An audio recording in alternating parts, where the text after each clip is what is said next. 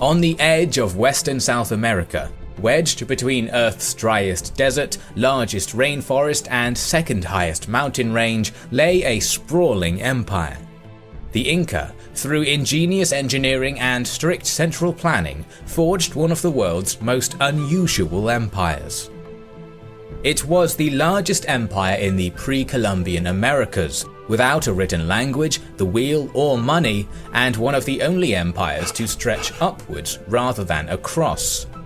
In this video, we will look at how the Inca rose to power from unknown origins and dominated their region.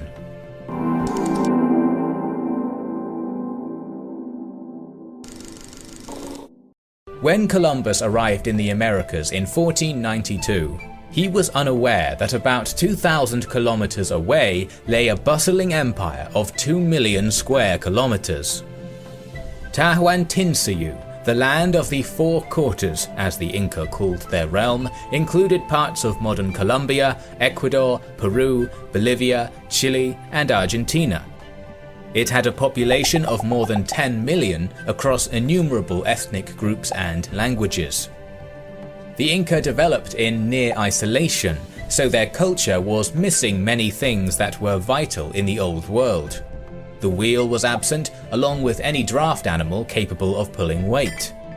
Steel and iron were unknown, while gold, silver, and bronze were masterfully worked. Most intriguing was that they lacked a written language, so their knowledge was passed on orally or through a unique system of knots called quipu. These knots were used to collect data, keep records, measure taxes, and record the census. However, as the Spanish established control over the Inca, the ability to read quipu faded away, and the records are now indecipherable to us. Therefore, most of the history we have about the Inca has come down to us through Spanish historians or oral traditions. With that in mind, let's take a look at the origins of the Inca Empire. Ancient Peru was one of the ancient cradles of civilization, and between 8000 and 3000 BC, the people there domesticated llamas and alpacas, along with an immense variety of crops such as potatoes, corn, beans, peanuts, squashes, and quinoa. From these early agricultural societies, a series of complex cultures emerged, such as Tiwanaku, Wari, and Chimu. By 900 AD, states like Tiwanaku were erecting huge stone structures, building highways and canals, and maintaining a capital of 50,000 people at a time when London had around 30,000, all at 3,000 meters above sea level. The Inca were the final great society to emerge here, and inherited much from those that came before. As the Chimu Empire was at its peak, to its south, the tiny kingdom of Cuzco slumbered. This small kingdom would rapidly transform into Tahuantinsuyu, or what we call the Inca Empire. Where exactly did the Inca come from? Well, let's take a look at the Inca's own mythological origin story. It begins with the great creator god Viracocha, who came upon 3 caves. From the central cave, Viracocha brought forth 4 brothers and 4 sisters. These were to be the founders of the Inca civilization. Out of the side caves stepped others, who were to be the forebears of the other, less important Inca clans. One of the brothers, Ayamanco, armed with a golden staff capable of testing soil, led his people on an exodus-like journey, at the end of which he was the only remaining brother. Upon entering the valley of Cuzco, the golden staff sank into the ground, and so his people settled there. The city of Cuzco was founded, and Ayamanco adopted the name Manco Capac. This is one of the many origin myths of the Inca. The myth would be regularly changed and updated for political reasons. For example, if the Inca wanted to integrate a foreign state or power into their empire, then that entity would conveniently find itself wedged into the current mythology. But Manco Capac was probably a real person that led a group of nomads into the valley and founded Cuzco in the early 13th century. The history of the first 8 Inca kings is lost in the mists of time. Its ninth king was the first to step into certain history. An Inca Alexander the Great, called Kusi Yupanqui, rose to power in the early 1400s. At the time of his birth, the Kingdom of Cuzco was barely more than a chiefdom. He was not the first in line to the throne, but after Cuzco was besieged by 40,000 enemy Chanca soldiers and his king father and prince brother fled the city, it was Kusi Yupanqui who organized a defense and not only saved the city, but also won himself the crown. Before his reign, his kingdom held the small territory around Cuzco, but within a single lifetime, he and his son had stretched the new empire from present-day Bolivia to Ecuador. He adopted the name Pachacuti, which means Earthshaker, or he who turns the world upside down. Through the use of spies, Pachacuti would assess the military strength and wealth of the other states in the region. After collecting this information, he would send messages to the leaders of these states, attempting to persuade them to join his empire. He promised they would keep their position and would grow even more powerful. Luxury goods and riches would be poured upon them, only, however, if they submitted peacefully. If they accepted, the heirs of that ruler would be sent to the royal court in Cuzco, whereupon they would be educated in an Inca fashion and raised to be perfect Incas. Once transformed, they were then sent back to rule their realms in a thoroughly Inca style. If they did not accept, they were usually crushed by the huge multi-ethnic army Pachacuti built. Pachacuti reorganized the Kingdom of Cuzco into Tahuantinsuyu using a federalist system. He split the empire into 4 parts, or suyus, each managed by provincial governors that reported directly to the central government in Cuzco. Cuzco was transformed into a suitable imperial city and center to Pachacuti's new empire. The city was paved with perfectly cut stone, and from its center spread vast highways linking all the suyus. Along with these highway projects, Pachacuti also initiated the construction of huge royal estates, the most famous of which is Machu Picchu, located 2,430 meters above sea level. The rapid growth of the empire was incredible, and even more impressive was the idea that the Inca actually tried to integrate the conquered peoples into their empire rather than just setting up mostly independent tributary states like the Aztecs had done. By the time Pachacuti's grandson, Huayna Capac, sat on the throne, there was hardly anything else left to possibly conquer. Militarily, the Inca were extremely organized and used a flexible decimal system to organize units. They could raise armies of hundreds of thousands of soldiers and move them across rough terrain with ease. Almost all able-bodied men between 25 and 50 had military training. Each province would send men to join a military campaign whenever needed.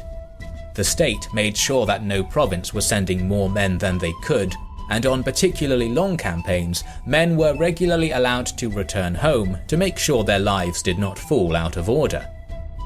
Like the Aztecs, the Inca relied on cotton armor. They wore thick alpaca wool tunics and helmets to protect themselves.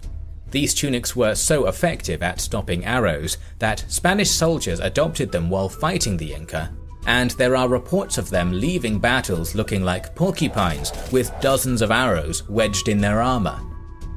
A large shield made of hardwood imported from their jungle provinces was kept on their back. Another, much smaller shield made of lighter wood was kept on the arm. A small cape attached to it could be used to protect their legs from missiles.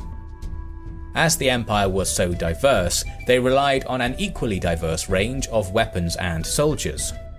Men recruited from the jungle provinces were excellent bowmen, while those from the other provinces preferred dart throwers and slings. For melee combat, the Inca had a varied arsenal. Spears, axes, clubs, star-headed maces, and halberds were the most common weapons and could be made from stone, bronze, or bone. The Inca were talented with bolas, which were multiple stones tied together that wrapped around an enemy's legs. These would be used effectively against the Spanish cavalry. The Inca used their military to expand their reach across the spine of South America, crushing resistance wherever it showed its head. In less than 100 years, they created the greatest empire in the Americas. But how did they keep it all functioning, and how did they keep 10 million mouths fed in a land of extremes? The Inca built an empire that, if placed over the old world, would stretch from St. Petersburg to Cairo.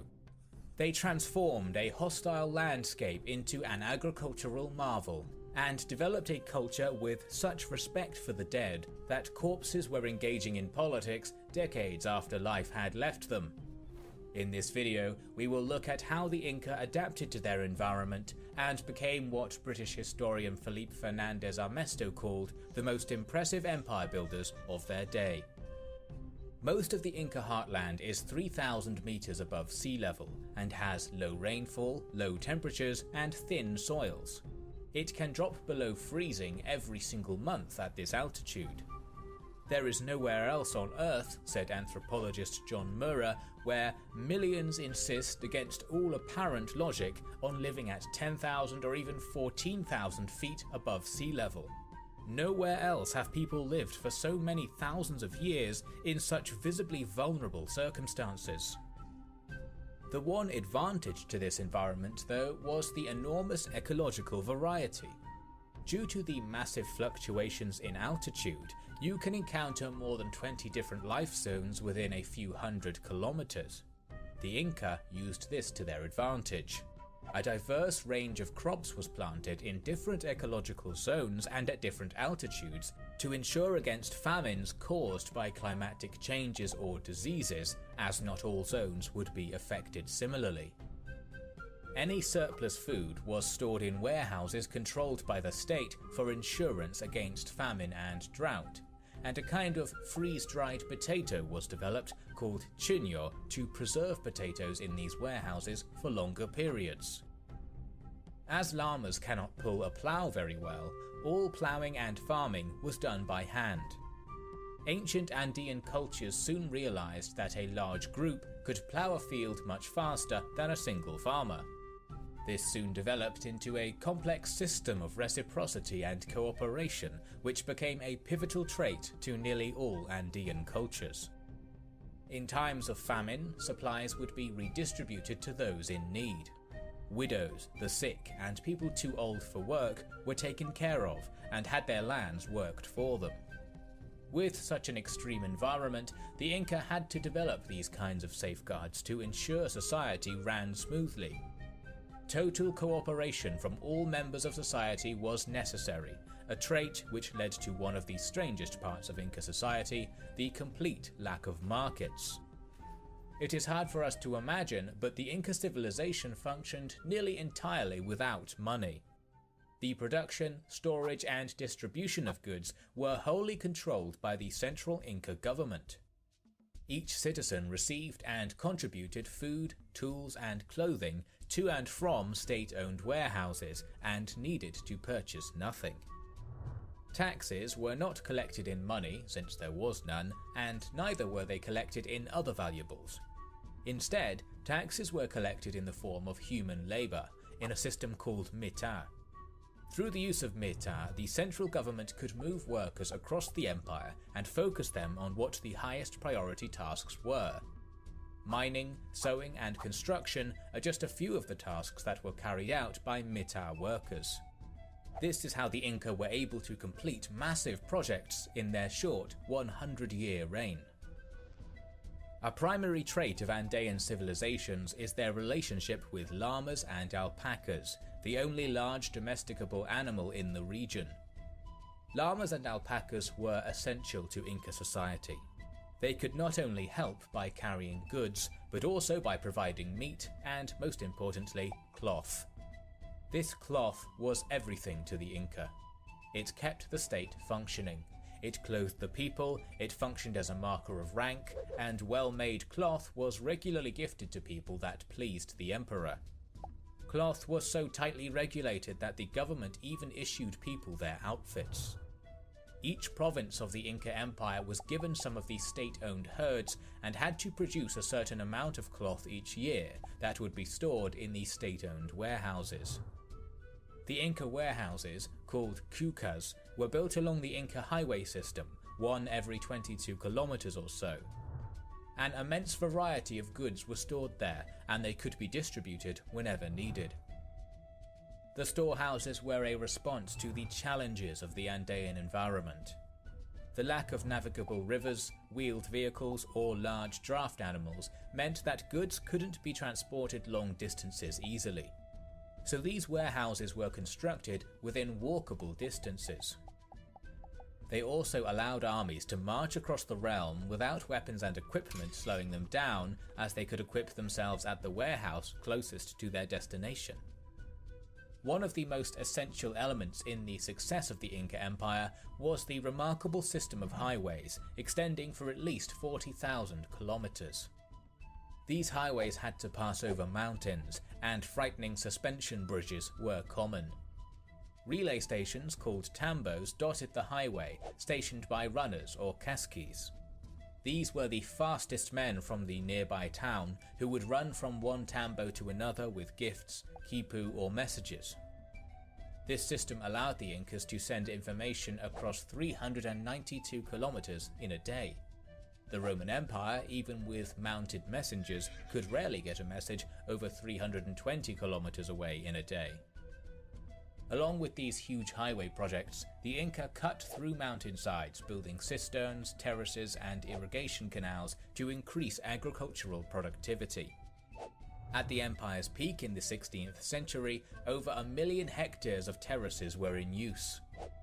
A terrace was constructed by building a retaining wall and then laying gravel, then sand, and then soil on top of each other, forming a step.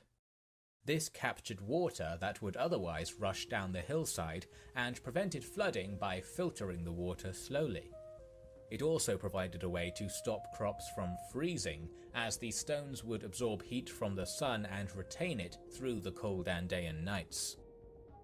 In an environment where only 2% of the land is suitable for agriculture, the Inca transformed their heartland into an agricultural powerhouse. Finally, there's the magnificent Inca stonework. The Inca used perfectly fitted stones that could stick together without the use of mortar. They fit stones together like enormous jigsaw pieces. They were so well fitted, a pin could not pass through most of the joints. Major Inca constructions have also been found to be earthquake-proof. These rocks were quarried, shaped, and moved using mostly stone tools and rope.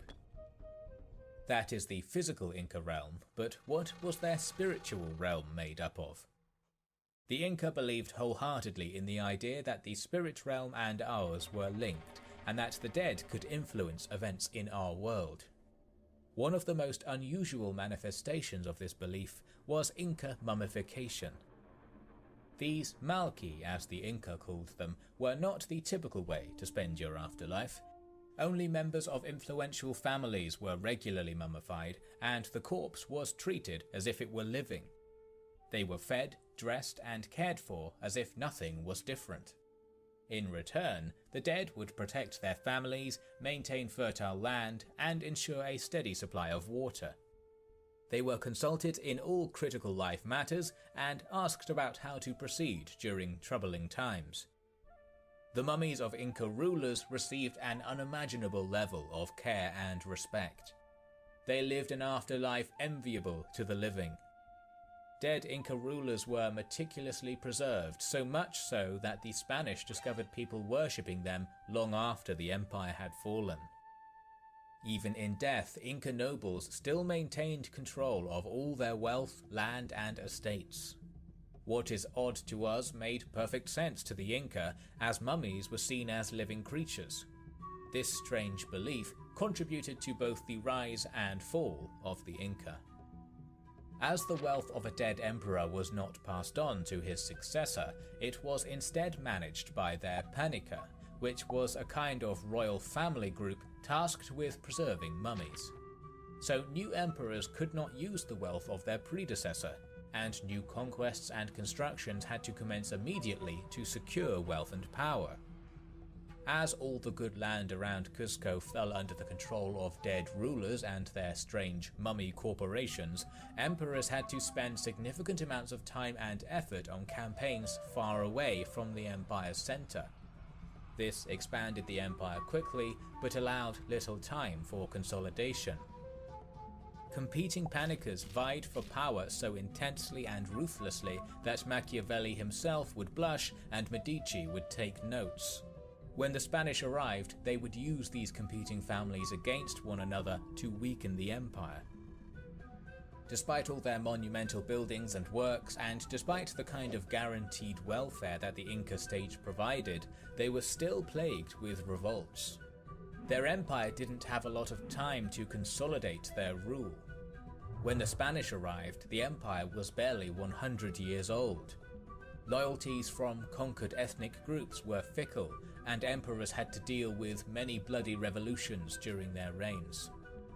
No Inca emperor dealt with more of these than Huayna Capac, who spent most of his reign pacifying newly conquered territory. However, he isn't remembered today as being the revolt-smashing emperor. No, he's remembered as the first Inca emperor to die of smallpox, and his death kicked off a massive Inca civil war just as the Spanish first arrived. 500 years ago, atop the snow-capped Andes, in a still barely mapped continent, thousands of meters above sea level, two new empires smashed into each other in a historical collision that reverberates into the modern day. Conquistador and Sapa Inca, men from different worlds, will clash. The Arquebus and Huayraca will meet, and Tawantinsuyu, the land of four parts together, will be undone. In 1528, Hernán Cortés had just returned from Mexico, bringing tales of conquest along with unimaginable treasures. The Holy Roman Emperor and King of Spain, Charles V, received him and his riches in Toledo. As Cortés impressed the royal court, another veteran of the New World arrived at the city. It was Francisco Pizarro, the second cousin of Cortés. Pizarro had arranged to meet the king and planned to impress him with gifts: gold, silver, feathers, natives, and bizarre creatures unknown outside of the Andes. Pizarro told his king of the magical land of Peru, home to a native empire that Pizarro assured him could be conquered in his name. On the 26th of July 1529, Pizarro was issued a royal license to conquer this new land and named the governor of Peru. Armed with a royal permission, Pizarro set off recruiting potential conquistadors. He returned to his hometown of Trujillo, gathered his four brothers, Juan, Francisco, Gonzalo, and Hernando, and then set sail for the Americas in January 1530. The Sapa Inca Huayna Capac had recently subdued much of what is now Ecuador, when reports began trickling in. Strange men had traded with the city of Tumbes. Alongside these reports came others that were much more horrific. Chasqui's runners arrived daily, informing the Sapa Inca that a disease had appeared in the north and was killing thousands. Nothing like it had ever been seen before. Plagues were unknown to the Inca, so this strange sickness, known to us as smallpox, ravaged the population. The Eurasian disease was not brought by Pizarro, however, as it arrived slightly before he did, creeping in from North and Central America. In the following years, up to 90% of the empire would succumb to the disease. Sometime around 1527, the Sapa Inca Huayna Capac and his heir died from smallpox alongside millions of their subjects. 2 years before Pizarro had petitioned the King of Spain, Eurasian germs had initiated the conquest for him. With the succession now unclear and the realm divided, the sons of Huayna Capac both tried to claim the throne and tossed the empire into chaos.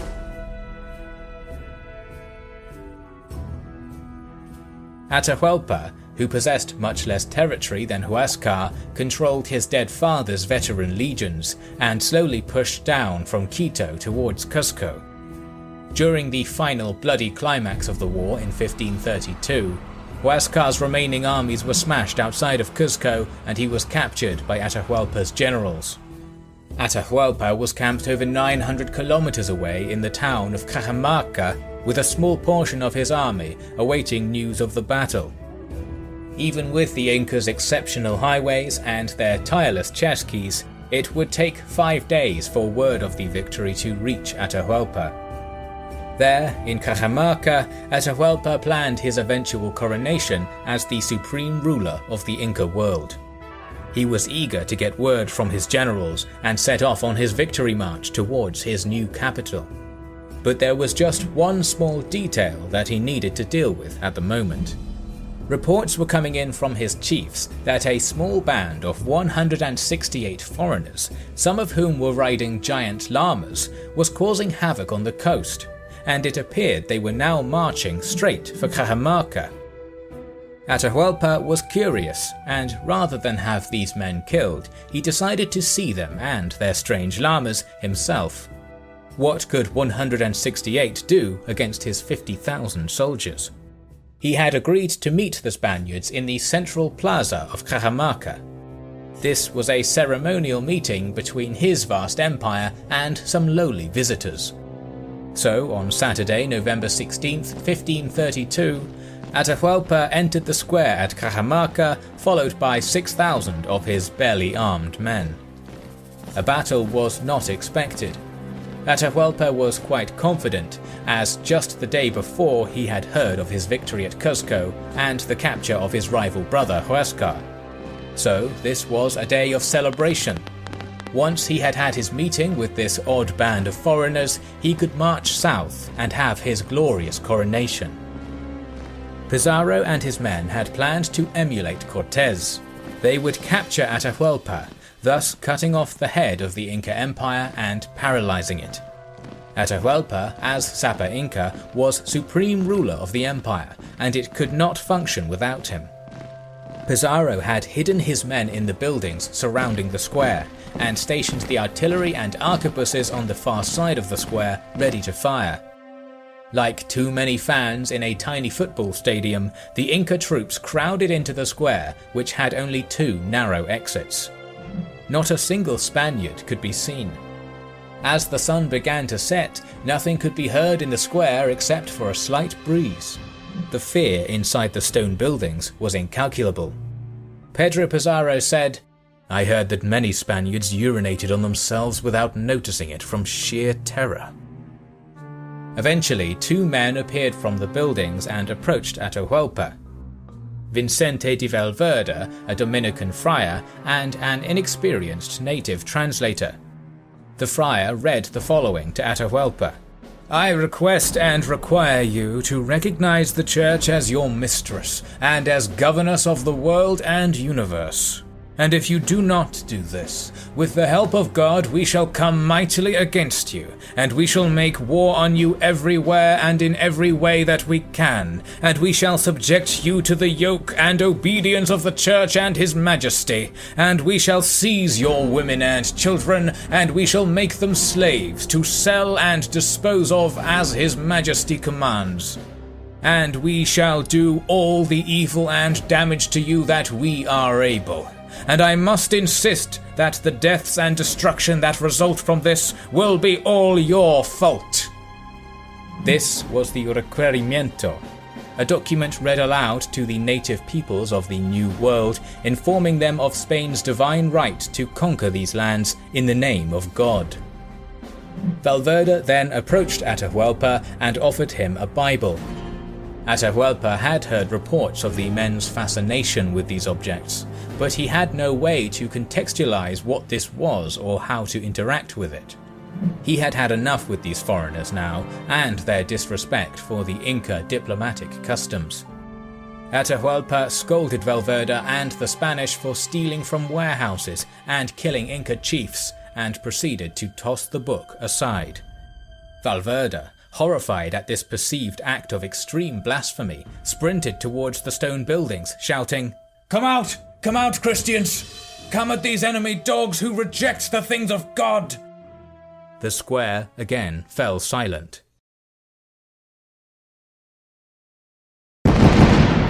With loud roars, the cannons and arquebuses soon fired directly into the mass of warriors, spewing out smoke and metal shrapnel. Inca soldiers, shocked by the sounds, soon saw beasts riding towards them. The Spanish war cry, Santiago, was screamed as men rushed out of the buildings. A massacre ensued as the panic-stricken Inca force tried to retreat out of the tiny square. Dazed masses of soldiers ran for the narrow exits. It was impossible to escape. Thousands died, trampled under their comrades or horses. Chopping through the men holding the royal litter, Pizarro and his men grabbed Atahualpa and dragged him back into one of the stone buildings.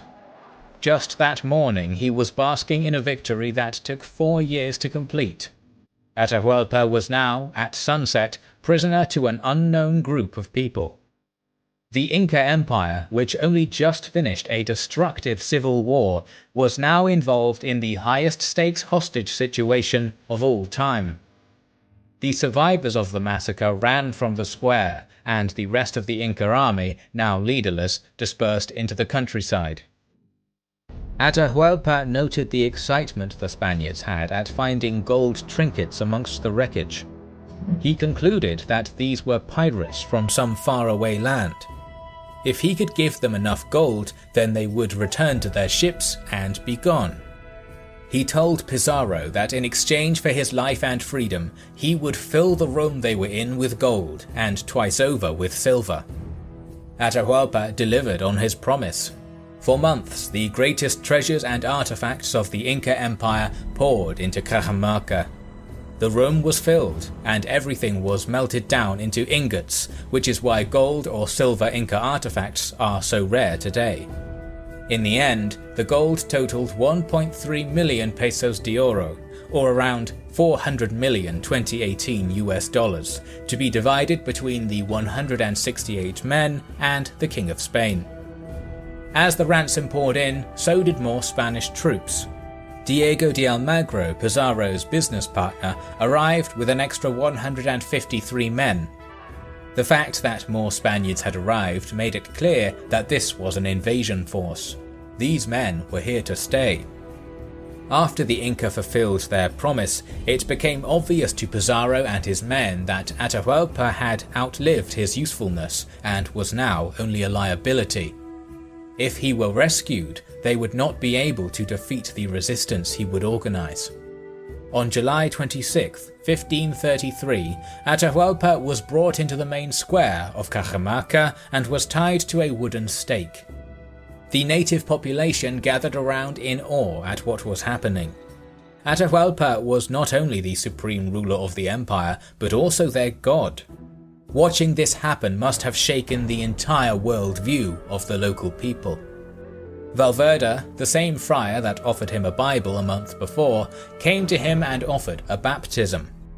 If Atahualpa rejected this offer, he would be burned alive. No fate could be worse for him.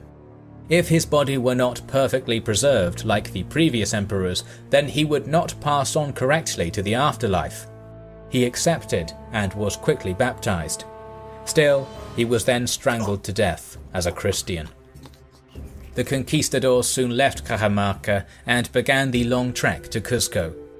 As the square and that lonely stake in its center faded into the distance, Pizarro and his men must have felt confident that this wealthy empire was already in their hands. But the conquest of the Inca was far from over.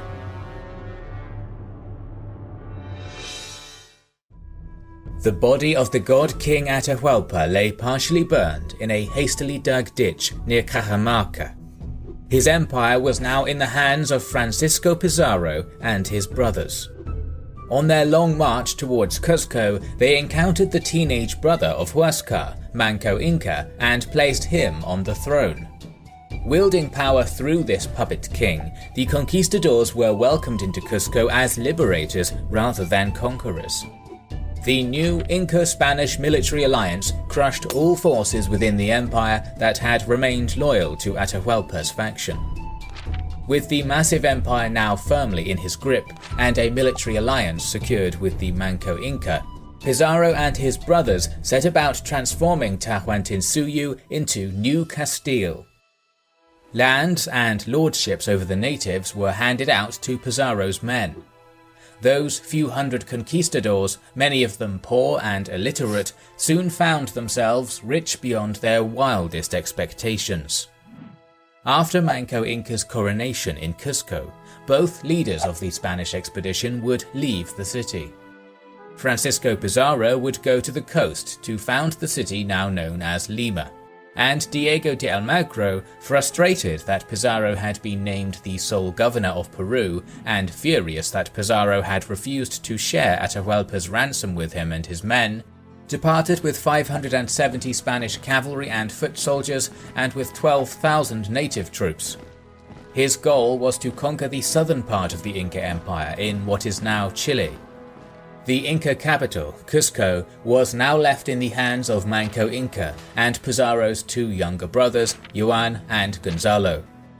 Manco Inca tried to get to work rebuilding his fractured and smallpox-ridden realm, but with Juan and Gonzalo now in charge of the city, the illusion of an equal alliance between the emperor and the Pizarros quickly shattered. Juan and Gonzalo harassed Manco Inca for gold, silver, and native women. They soon began to disrespect him in public, and then Gonzalo Pizarro kidnapped and raped Manco Inca's wife, Cura Oclo. Soon he was imprisoned and beaten. Manco Inca now became aware of the horrific bargain he had made for the title of Sapa Inca. Tensions had reached a boiling point.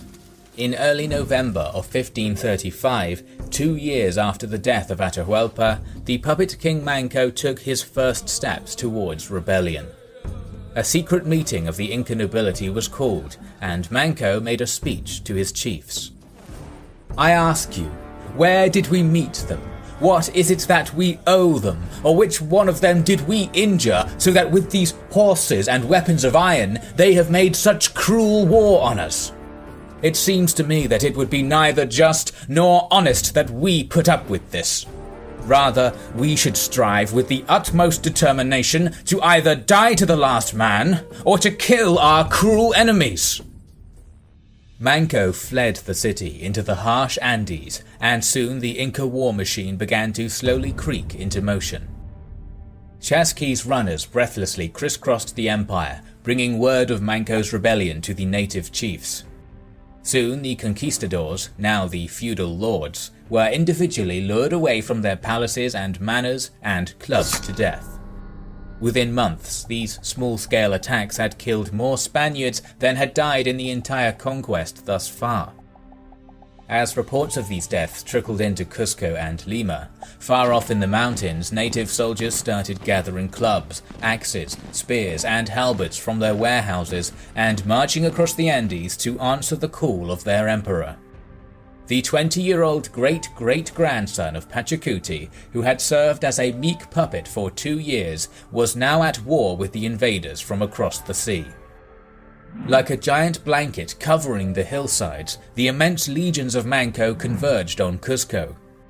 Hernando, Juan, and Gonzalo Pizarro were now trapped inside, along with 196 Spaniards, a handful of African slaves and Morisca women, and hundreds of native allies. Early in the morning, on Saturday the 6th of May, 1536, conch shell trumpets rang out from the mountains surrounding Cusco. A curtain of javelins, rocks, and arrows darkened the sky, while 100,000 soldiers, wielding massive spears and clubs, began to slowly make their way down the hillside, encircling the glittering city. The constant barrage forced the defenders to immediately run for cover. Inca troops poured into the city and forced the Spaniards to retreat into 2 buildings located in the main plaza. Manco knew from experience that Inca weapons were ineffective against Spanish armor and cavalry. It was near impossible for an Inca to kill a Spaniard in hand-to-hand combat. No matter the strength behind a blow or the bravery of the warrior, stone and bronze could never pierce steel. The Spanish could only be killed if knocked from their horses or with a direct impact to the face.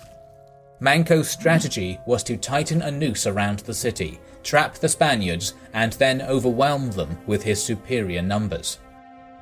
In a panic, the Spaniards darted between the 2 buildings, now transformed into bunkers. Hernando Pizarro was screaming orders and doing his best to reinforce his position.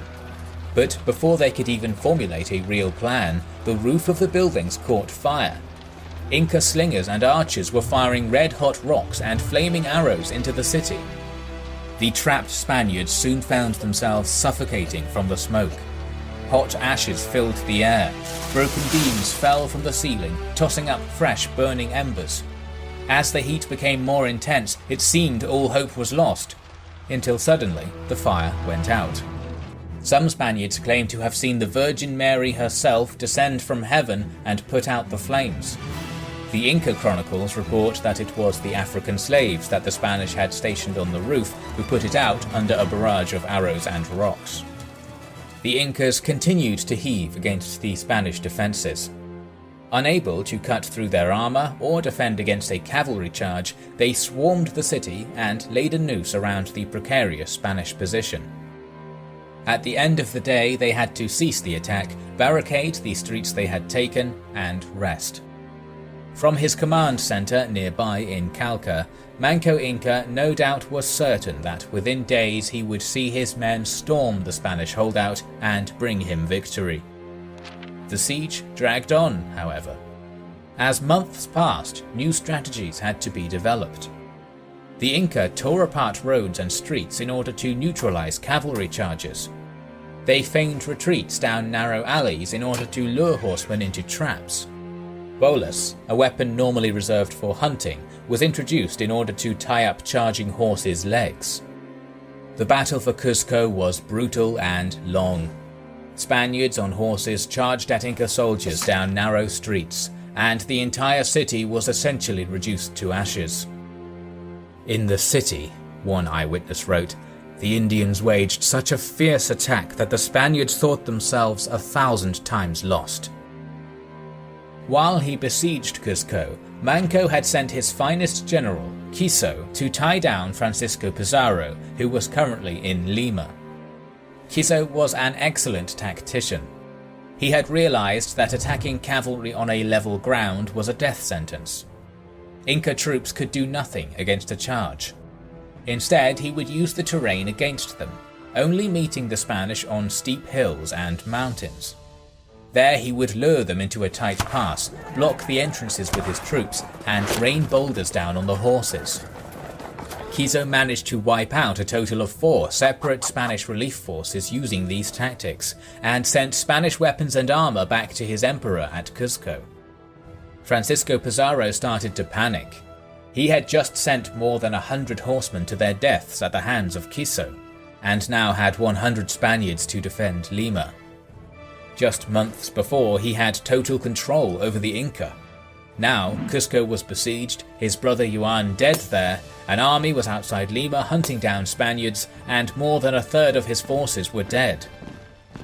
Hearing of Quiso's unprecedented victories, Manco ordered him to proceed to Lima and destroy the city. Not to lay siege to it like he was doing back at Cuzco, but to destroy it. Lima was a Spanish city, founded near the coast to facilitate trade, and unlike Inca cities, it was built on a flat plain.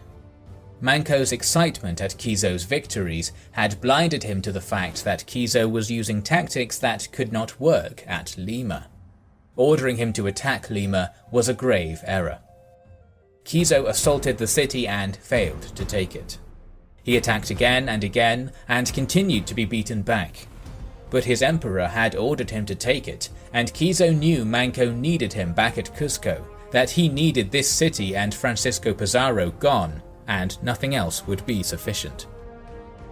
On the 6th day of the siege of Lima, Inca troops again poured down from the hills and marched along the flat plain towards the city, with General Quiso leading the charge, lance in hand, with his hand-selected vanguard. As he entered the city, a sudden barrage of arquebuses roared and ripped through the front line. Santiago was screamed as a cavalry charge rammed through the vanguard. As the dust settled and smoke cleared, the Inca army soon saw their general lying on the ground with a Spanish lance in his heart. The greatest general the Inca had was dead, and his army soon disappeared into the mountains. Pizarro was now free to go break the siege of Cuzco. breathless chess-keys runners arrived from across the empire. They brought unwelcome news to Manco. Quiso was dead, Pizarro was approaching, Diego de Almagro had returned from Chile, defeated but with a sizable army, and Spanish reinforcements were arriving from the north. His fortunes, only so recently extremely promising, had now taken a grim turn. He had lost, and he knew it. The 10-month-long siege of Cusco was a failure. Manco assembled his chiefs and captains, and with a solemn voice he informed his people that he would cede his treasures, his home, his empire, and would retreat into the remote rainforest region of the empire called Vilcabamba. From there he would try and fight another day. As Manco retreated deep into the rainforest, he brought with him the mummies of all the Sapa Incas that had ruled before him, including his father, Huayna Capac, and his great-great-grandfather, Pachacuti. From Vilcabamba, Manco waged an aggressive guerrilla-style campaign against the Spanish. His soldiers ambushed supply convoys, raided new towns, stole caches of weapons and horses, and then vanished back into the rainforest. His men learned how to ride horses, fire guns, and fashion Spanish weapons. But the population of Spaniards in Peru essentially doubled with each passing year. It became clear to Manco as he aged that survival was possible, but Tahuantinsuyu, a land of 4 parts together, would never be remade. His state would continue to survive in the rainforest. As Almagro died fighting a civil war against the Pizarros, as Francisco Pizarro was assassinated, while Hernando Pizarro rotted in a Spanish prison, and as Gonzalo Pizarro was executed on the orders of the king, the Inca state clung to life for decades, until eventually, in 1572, 36 years after Manco's rebellion, his son and the last Inca emperor, Tupac Amaru, was captured and executed, and the empire of Pachacuti was erased.